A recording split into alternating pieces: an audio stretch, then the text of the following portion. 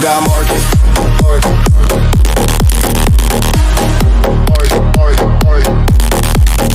If not market.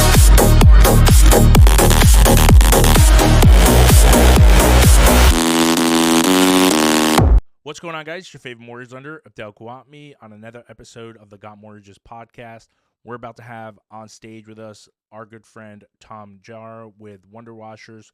Tom is going to explain how he explained and avoided the 9-to-5, what I call golden handcuffs that a lot of us obviously have either been stuck in or have accomplished. He's going to go over how he went from being a technician at a super successful dealership to thereafter going and opening up his own, striving into from being a handyman to running one of the most successful power washing companies in our local area. Make sure you guys tune in, and this is another episode of the Got Mortgages podcast. What's going on, guys? It's your favorite mortgage lender, Abdel Khawatmi, Got Mortgages, here with another episode of the Got Mortgages podcast, and we have got our very good friend, Tom Jara with Wonder Washers. Tom, what's up, buddy? What's going on, guys? How are you? How you making out? Oh, we're slammed. You know it's the season. Listen, now is the time, obviously, and we've got so much to catch up on because I know, obviously, your business has evolved just like most of ours, right? Yes. I think when we first met you, 3 years now. I think it's been 3 years. You were more or less in a different venture, right? Right. And then obviously have dove into Wonder Washers, which is now transformed into multiple things, Yes. right? But you want to introduce yourself to our audience? Yeah. So I'm Tom Jara. I am the owner of Wonder Washers. We're an exterior cleaning company. We take care of all your residential, commercial cleaning, whether it's windows, power washing, roof cleaning, gutter cleaning, the list goes on. Now we also do a lot of Christmas lights, permanent lighting in the holiday season. So I'm sure if you're driving by any of these houses in Ocean Monmouth County, 9 times out of 10, it's a Wonder Washers decorated house. Let's go. Yeah. So talk to me, right? How did you, obviously, when I knew you first time around, you've had the Wonder Man handyman. Yes. Right. And then I didn't even know this, speaking with our friend, shout out to Marco with Reyes Royalty. I didn't realize back then, this is eternities ago, but you guys worked with each other. Yeah. Right? Yes. How did your business transpire? At one point were you like, listen, I'm not going to work a 9-to-5. I want to get into that entrepreneur vision. So I worked with Marco Reyes over at the Manahawkin Jeep dealership. I was the tech. He was the service writer, or one of them. I enjoyed doing that. I started doing that business because it was a hobby of mine. I wanted to make fast, cool stuff. Then I got into 4x4s and I wanted to build rock crawlers. Sure. It kind of just turned into like your basic 9-to-5 after a while. I didn't want to go all the time. I got bored of it. It was a real mental issue, like for me going to the same place over and over and over again, and then also getting screwed with like flat rate hours and stuff like that. So like if we had a busy week, I would do good, but then if we had a slow week, you get guaranteed only a certain amount of hours, and it just kind of screwed with me.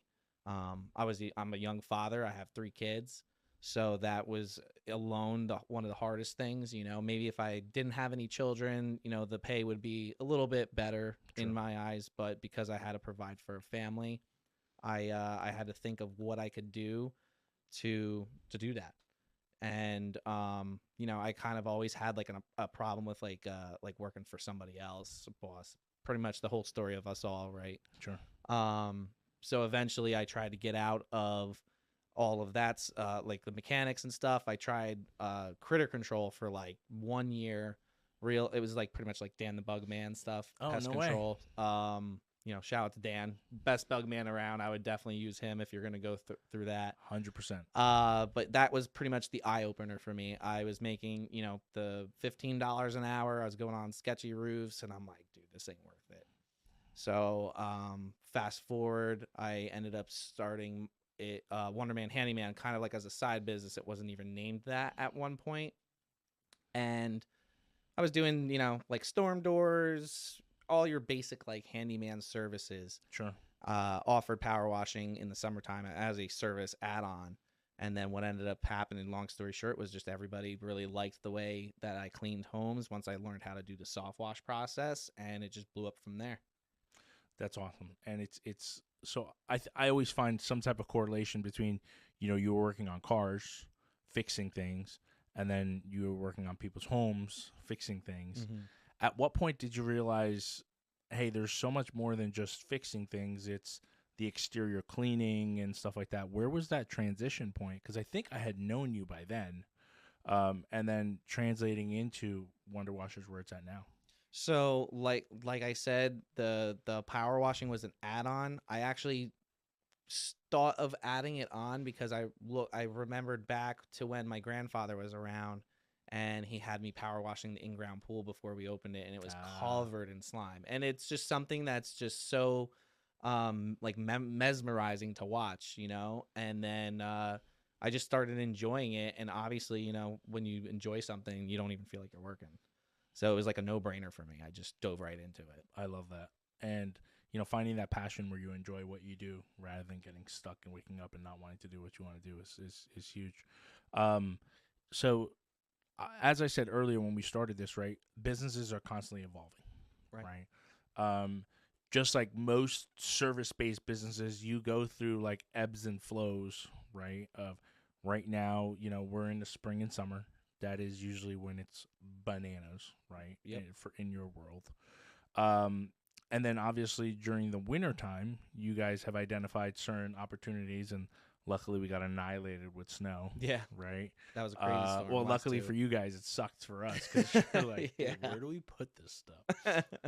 Because I know that was a venture that you kind of dived into too. Yes. Which is huge. I mean, you literally, I remember when you graciously donated your time to come do my driveway, Yeah. because I was like, dude, I don't know where to put this thing.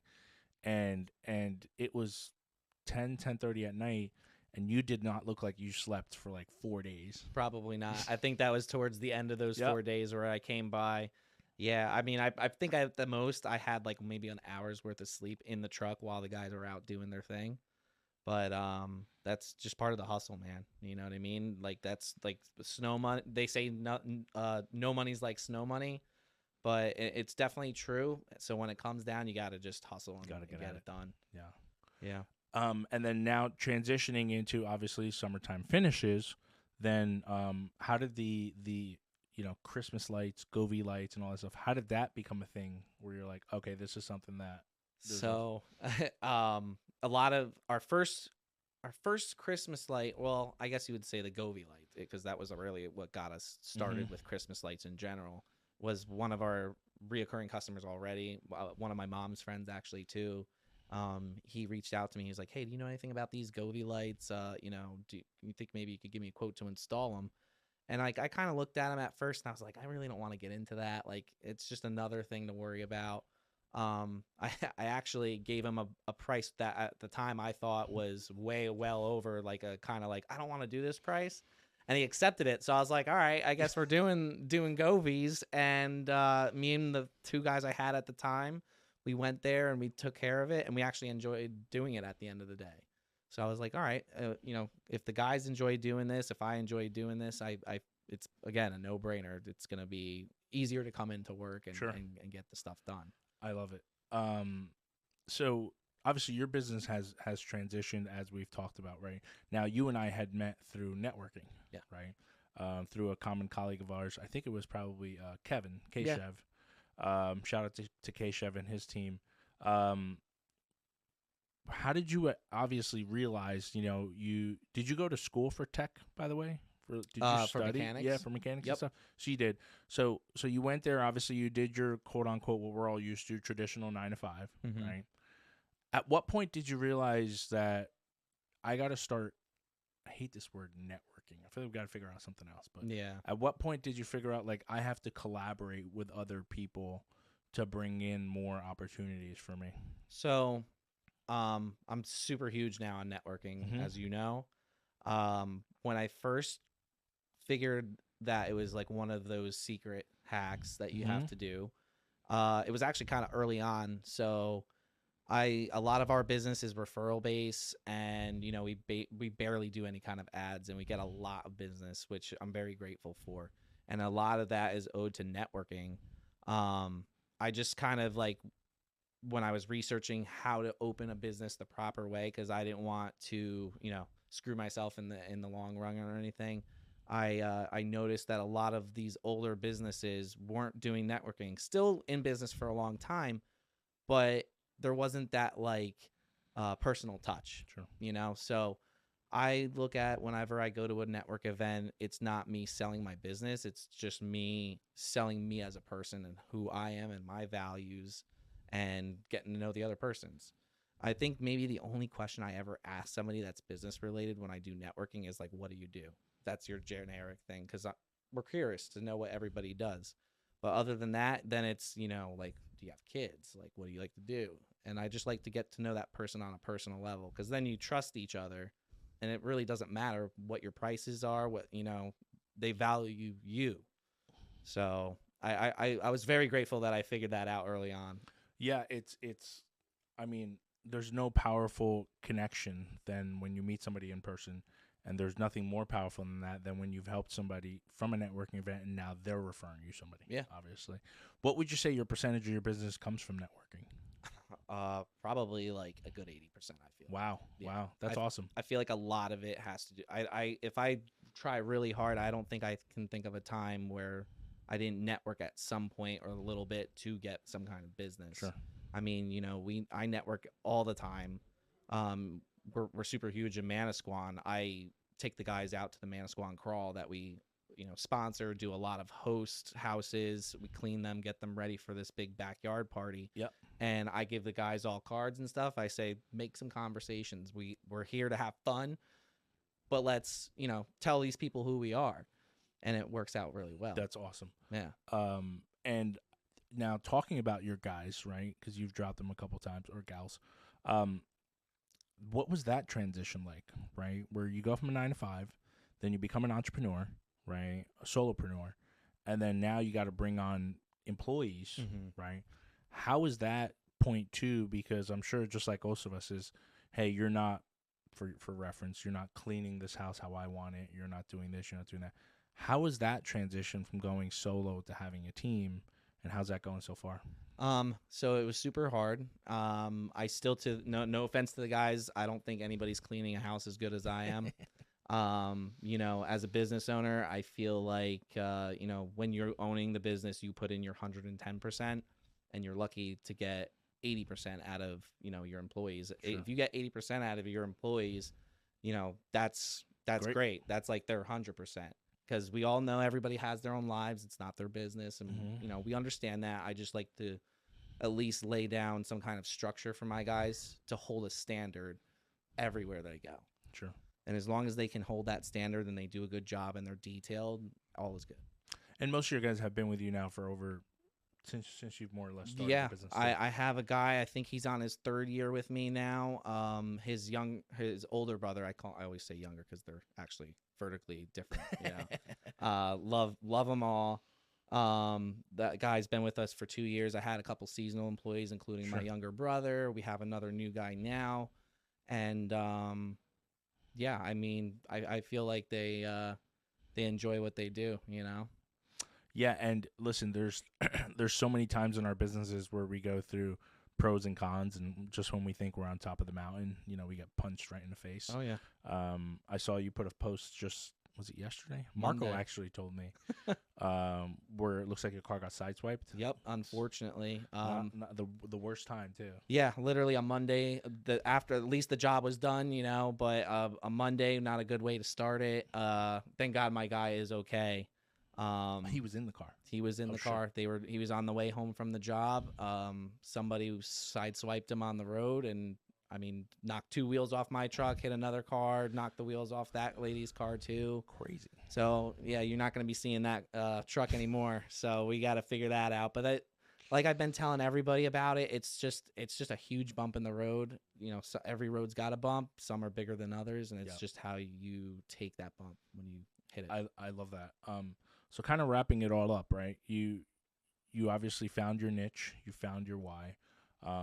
I know you're obviously now giving back to the community. Yes. Right. You're obviously putting a lot of opportunities, kind of, let's say, giving people the cheat code to the success of, hey, 80% of my business came from networking. This is something that I can help teach you that. Mm-hmm. How did that idea come about? And now, urge of like wanting to give back, right, to that community? So, me and Dan the Bugman again, we both, I had the idea. I didn't know he actually has been thinking about it for a little bit Sure. longer. I went to him because we both kind of share the same value, helping other people, because we know how hard it was to start from scratch and have nobody. Like, I brought my fiance to my first networking event, and I probably talked to like one person. And it was just so nerve-wracking because, in my past, I had, mental health problems that I had to fix to, get to the spot I am today. Sure. But we talked a lot about, we had a meeting, we sat down, we talked about, like what we could do for, the new entrepreneurs in our, world here.